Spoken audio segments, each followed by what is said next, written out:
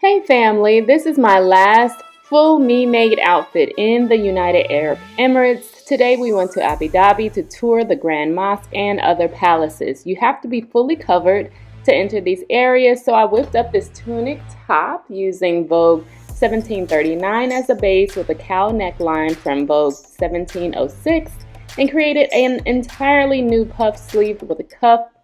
I used the same Simplicity 92-36 pants pattern from my previous video, and I also included some pictures and video from the tour.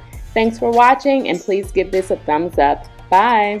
And number 5 is one here, the fifth biggest mosque in the world.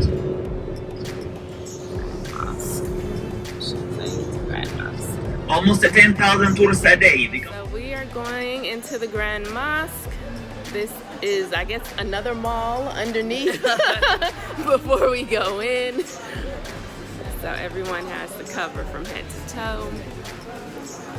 And hopefully we'll take some more pictures inside.